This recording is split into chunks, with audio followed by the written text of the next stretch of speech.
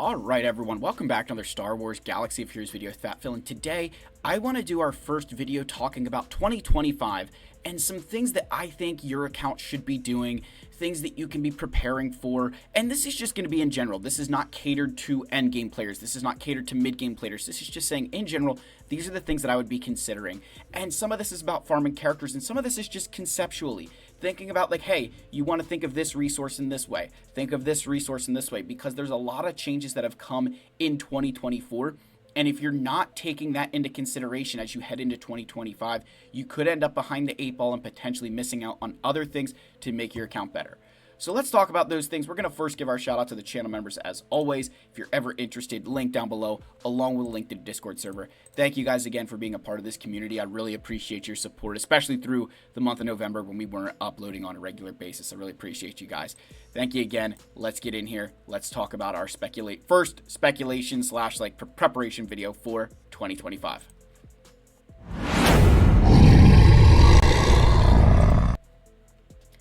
Alright folks, so we're going to get right into it with a very controversial hot take.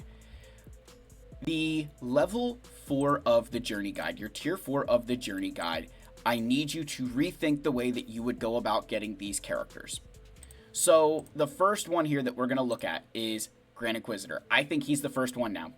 I think he jumps the line ahead of Starkiller at this point with the importance of the Inquisitors in territory battles, with their continued presence in conquest at times. I just think they're a team that can no longer be ignored, and you want to get there sooner. I think a big reason I say that as well is when you look at this Inquisitor faction and you think about what they did with the when you look at the shards in that episode shipment, like, they chose to put some Inquisitors there.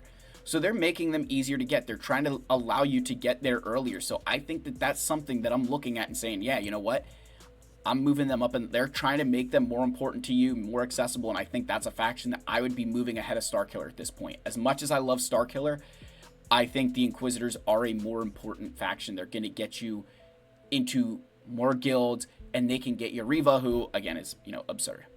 So then I still would put Starkiller ahead of Aphra. Again, this is assuming you didn't have Lightspeed bundles. If you purchased Lightspeed bundles or you didn't, we can kind of rearrange this a little bit. But I do think that Starkiller is a still better farm than Dr. Aphra, because Dr. Aphra is very reliant on Lightspeed bundles, excuse me. She's very reliant on Datacrons. Starkiller, not so much. Obviously Starkiller's got his Datacron right now, which is absurd. But even without it, he still handles Rey. And he can clean up some other GLs. I mean, I've outright beat other GLs with Starkiller as well, but I think for what he can do to Rey, it's really valuable. I do have Aphra third on this list, and that can be very controversial, because I think between her and Gungans, both of them are very good. My argument for Dr. Aphra really comes in here that she does have some more, again, uses in territory battles than the Gungans do. And I think Gungan's time in the sun is kind of running out. With Battle for Naboo sunsetting here shortly, I just don't know that I see it worth your while to start Jar Jar from scratch. Now, again, I think you can switch these two. Like, there's the argument I'm going to make here is there's a gap between Grand Inquisitor and Starkiller in terms of, I think Grand Inquisitor's a better first farm now. There's also a significant gap between Starkiller and Aphra or Jar Jar in terms of the second one in that tier. In terms of these two, I don't hate it one way or the other. They both have some benefit versus the other one. But I think if you did get that Aphra bundle, I would definitely get her before you get Jar Jar. I don't think he's going to be sold in a bundle anytime soon, but I've been wrong on that before. So, again, take everything with a grain of salt. All right, next is you got to be careful about your Relic 9s. Again, with the Naboo raid sunsetting, I don't know that it's really worth taking Queen Amidala to Relic 9. If you're in a position where you have a plethora of Relic 8s and you want to take your Master Qui-Gon and Padawan Obi-Wan there for the Duel of Fate, I'm not going to stop you. They're both very good characters. That Duel of the Fates is an awesome battle. I will say this, though. I need you to consider that with Relic 9s, you've also got to consider the cost of Relic 8s. And that's why I've got the Imperial Remnants down here, that they also have their Assault Battle that has a Relic 9 tier. You need to be careful, because Relic 9, you could say, oh, Phil, well, like, yeah, I can do the Relic 9s, but what about all the Relic 8 materials you've got to equip there? See, in a vacuum, sure, Relic 9, okay, do the Relic 8, do the Relic 9, but there's so many other things in this game that a lot of you have probably skipped over those Relic 8 requirements. If you're heading right into these characters like Ahsoka, and you still haven't gotten Lord Vader or Kenobi or Leia, Jabba, whatever, what about Profundity and Leviathan? There's a lot of extra Relic levels out there that these, as good a rewards as some of these assault battles can bring, the return on your investment for the Relic 8s is the scary part. It's like 4 years for them. So just kind of be careful with that, that your ROI here is extreme on those Relic 8s. And so I need you to be careful there that you don't go and spend resources that maybe you have right now, but in 6 months' time, you're going to need them to go for some of these other galactic legends and or ships that we don't quite have yet. You got to be thinking long term. You can't just think in the short term, I have this now. It's what am I going to need it in 2, 3 months, 4 months, 6 months, whatever, right?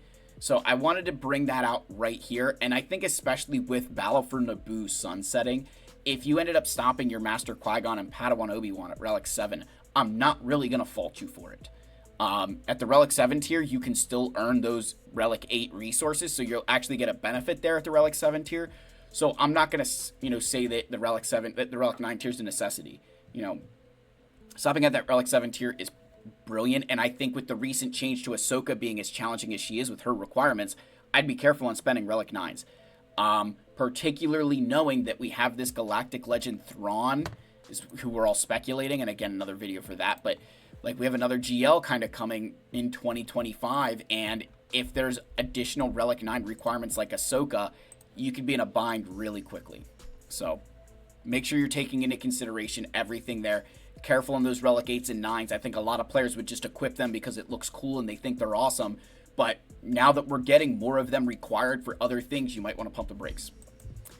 All right, next, I'm going to say right now that I know a lot of you are waiting on a Lightspeed bundle for the Bad Batch. I don't know that you can afford to wait anymore. And that's because you need the Bad Batch for the Marauder, right? The Marauder inside of that Negotiator fleet here is that really, really good counter to the Punishing One.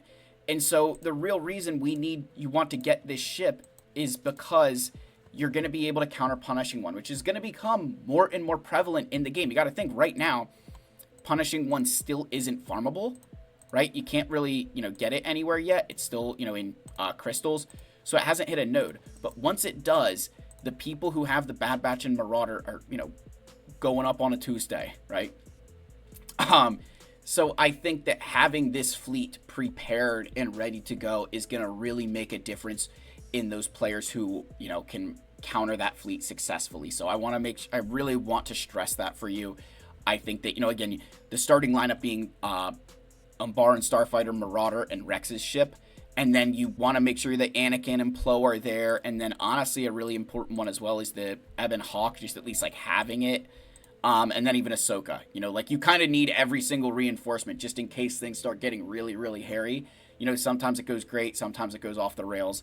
But I think having this fleet is going to be extremely important. Like if you don't have that, it's, you could be in a big bind there.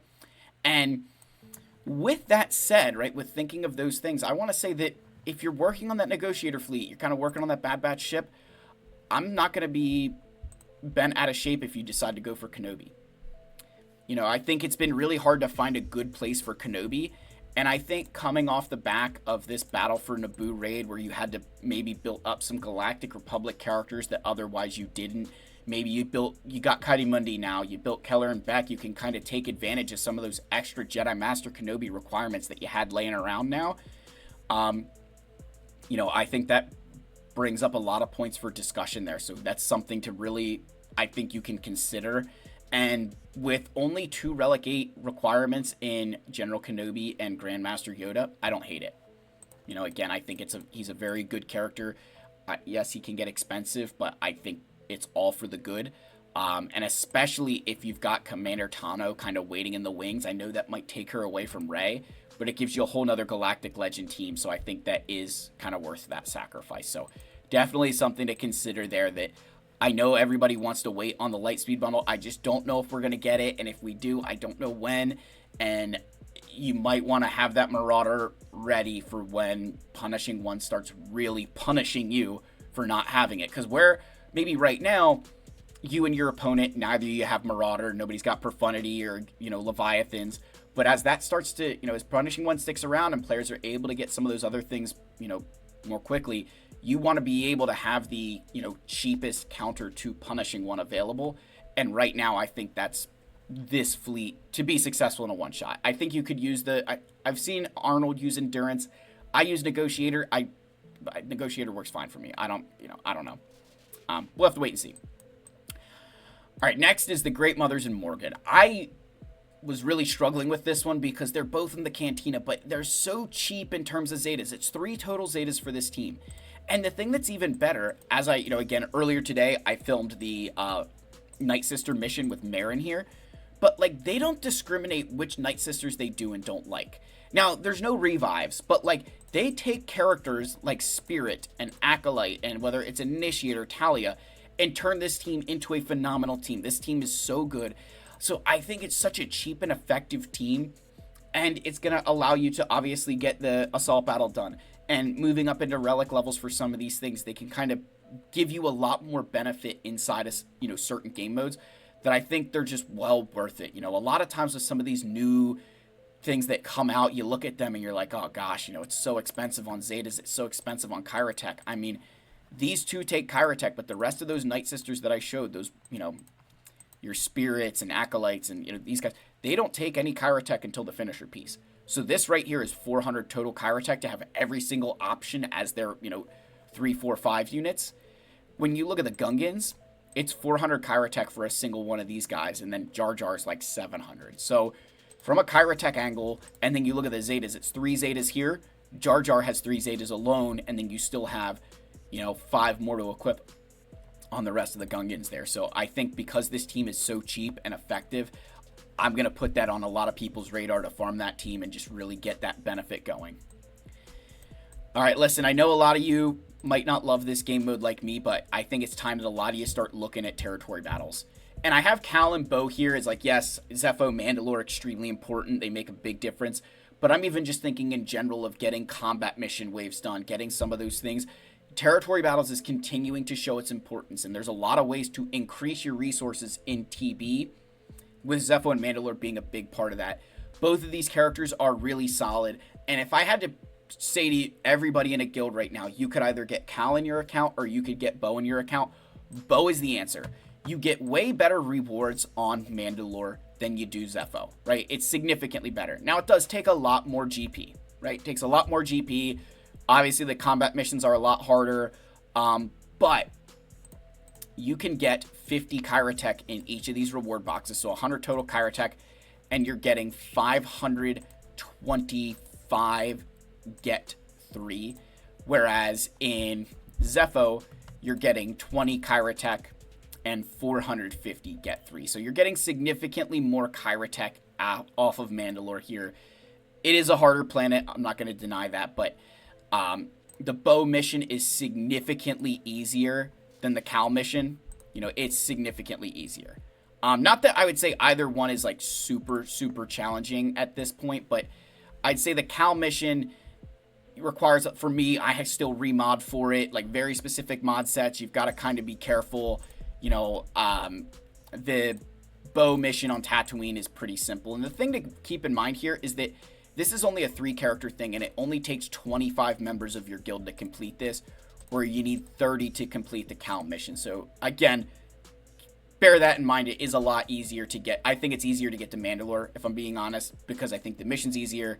And then it's just easier to get 3 stars on Zepho because it's 287 on a planet that opens day 3 versus 396 on a planet that opens up on day 4. So, but I would start preparing for TB, whether that's those 2 characters, whether it's increasing some of those things to get more combats done. But I think territory battles' importance is continuing to increase. It increased in 2024, and I think that will continue for 2025. All right, probably my hottest take of the day here. It's time you start thinking about Lord Vader. Again, I brought it up here. Hey, get your Bad Batch. I don't know if it's smart waiting on a Lightspeed bundle. And I think for most of you, the Bad Batch is what's keeping you from getting Lord Vader. I think for most of you now, you probably have the rest of the requirements for Lord Vader in some way, shape, or form. Because I go through these things, and most of them were sold in a Lightspeed bundle at some point. Right? The Tuskens, they had a bundle. There was a bundle that helped you get Padme. There was Embo was sold. The Echo, I don't know if he was. I'm not sure if Echo was. But Count Dooku, he was in a bundle. And Zam was in a bundle. The Y-Wing was sold. Tarkin has not been sold, but he is a requirement for Sith Eternal, who many of you have. Arc Trooper, I don't think he was in a bundle, so okay, fine. But they gave you a bundle for General Skywalker. And Newt Gunray was, sold in the bundle. So there's a lot of things that they did to kind of say, hey, like over half of these Lord Vader Rex were in a bundle, and then some of them were even, not in a bundle because they're a legendary, but they gave you the tools to get there. I don't think we can afford to ignore this guy anymore. I don't think you can do it. You can't say, oh, he takes 4 Relic 8s, it's too hard to get him. Like, hold my beer is what Ahsoka says. 3 Relic 9s and 2 Relic 8s. So hold my beer. You can't deny that this guy is, it's not worth the cost anymore. Like, he's a fantastic PvE GL. He's still one of the best GLs in PvP, even though people refuse to admit it. I really think it's time that you guys start giving this guy a serious shout. I think it goes along with what I'm giving you in terms of the game plan here, particularly with that Galactic Republic fleet and some of these other things that have come into the game. Finally, guys, listen. I think if you have Kylo or you're going to be getting Darkseid Rey, make sure that you're giving these two some love. I think they're going to go to the moon. I think this combo right here is going to be so deadly. And I think where it could even be more important than PvP. Because I think in PvP, Kylo still holds his own against a lot of stuff. So it could take him to a level that he hasn't been before. But I think on the PvE side of things, that's where she's going to play a bigger role. She's got a lot of ways to keep your team, alive. Right, she's gaining additional max health, in her unique ability here. She's got a lot of different things to really kind of keep your team going. And so I'm looking at it and I'm like, I just don't see how this doesn't make the First Order a lot more of a threat. Giving him ultimate charge is huge, and I think that's going to benefit him not just in the PvP, but I think for a PvE, you think of some of those planets, when Kylo's an ultimate, he can't be damaged, right? So that's going to allow you to get through some of those things. So investing even in getting her to like Relic 7, Relic 8 could be a massive boost to your guild's combat missions, massive boost to maybe Conquest, and of course, territory battles, territory wars, I guess territory war and Grand Arena. But I 1000% would say that make sure you do as much as you can to kind of match her Relic level to Kylo, even if it means a Relic 8. I know I said, hey, be careful up here. This is one of those instances where it's a good investment. It's a single one, and it's going to allow you to get more out of your, Kylo. So that's what I would be doing for 2025. You guys let me know what you think of this list. Again, like I said, I think there's some stuff in here for endgame players. I think there's some stuff here for, mid games. But I'd say the biggest thing I'm going into 2025 with, you got to start being a lot more careful with these resources. You can't just be throwing them around. Can't be treating them like candy. It's going to be a challenge for a lot of you, and I think you're going to have to find that balance, especially if you aren't doing things like planning to purchase the episode pass, where there's a lot of that high relic gear up here. If you're not doing that, then you are going to really have to consider that. And I think, on top of everything, please, CG, hear me, give us more signal data. It's not just the relic resources that you got to think through that, but the signal data as well. I think I spent more time on the relic resources because I think that's where most players look at that and say, hey, I don't have the impulse detectors, error magnifiers. For somebody like me, I don't have the friggin' signal data to do it yet. I think we'll get there. We're kind of through a lot of the stuff that I would have to farm in the Cantina. I think the last thing I need to do in Cantina is Tusken Warrior, which there is that very tempting Lightspeed bundle, but I haven't pulled the trigger yet, and I have like another day for it to stew before I decide what I'm going to do. So anyways, let me know what your thoughts are. I love you all. May the Force be with you, and I'll see you in the next one. Cheers, my friends.